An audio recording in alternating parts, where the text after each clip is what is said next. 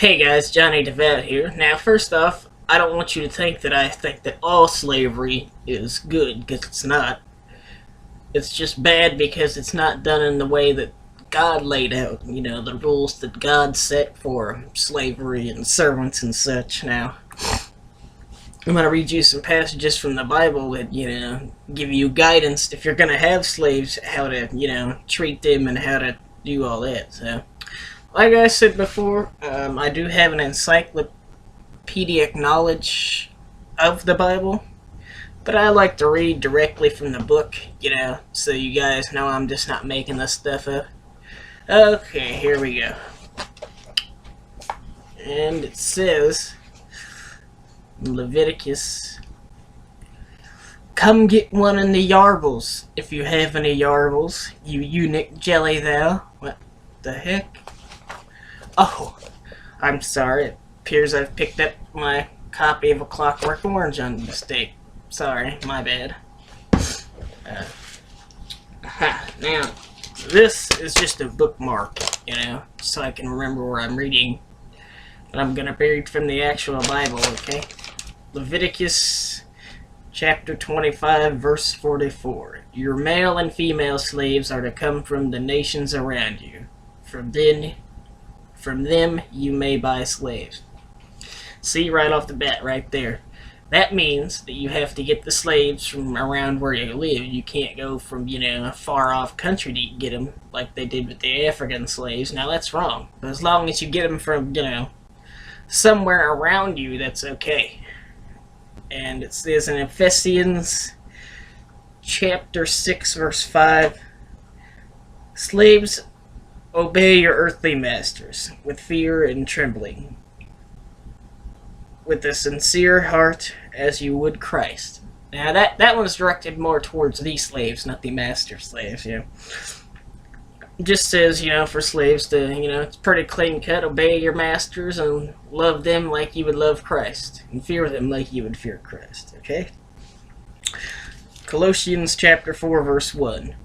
"Masters, treat your slaves justly and fairly, knowing that you also have a master in heaven." Now, see, it says right here to treat your slaves good if you're going to have them, that's not so bad. If you're going to have slaves, you should treat them right, because if they're doing the work for you. I mean, that's why slavery has been deemed bad, because most masters didn't treat their slaves right, and I would say most slaves didn't love their masters. Okay, now this is the big one. This one's a little bit longer, so I'm probably going to be breaking off certain verses instead of reading the whole thing right at once, okay? This is in Exodus, chapter 21, verse 2 through 6. "If you buy a servant, he shall serve you 6 years and be let go in the 7th. See? There you go. If you're going to have slaves, you can only have them for 6 years, and you have to let them go after the 7th. Whereas most, if you think slavery, you think of harsh labor forever, and which is, bad, but if you have one, you can only have them for 6 years by the Bible. That's good.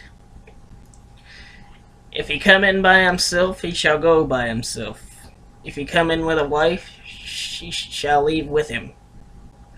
See, there you go. If he comes in by himself, then he can leave by himself. If he comes in with his wife, then she can leave with him.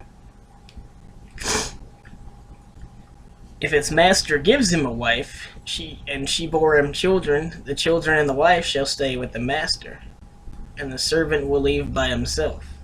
It just means, if you say, "Master, I want a wife, I'm lonely," and he gives you one, that means she's still his property. That doesn't actually make you her property. Same with the children. They're not actually yours. They belong to your master. Okay. "If the servant declares, 'I love my master, wife, and children, I shall not go free,' then the master shall bring him to the doorpost and mark his ear with an awl, and he shall serve his master forever." Okay, now see, there you go. Right there. It says the only way somebody can be a slave is if they want to be, or a slave forever if they want to be. Otherwise, you gotta let them go after 6, 7 years. Well, I hope that's cleared some things up. You know, if you're gonna have servants, you know, just do it by how the Bible. Sorry, how the Bible says.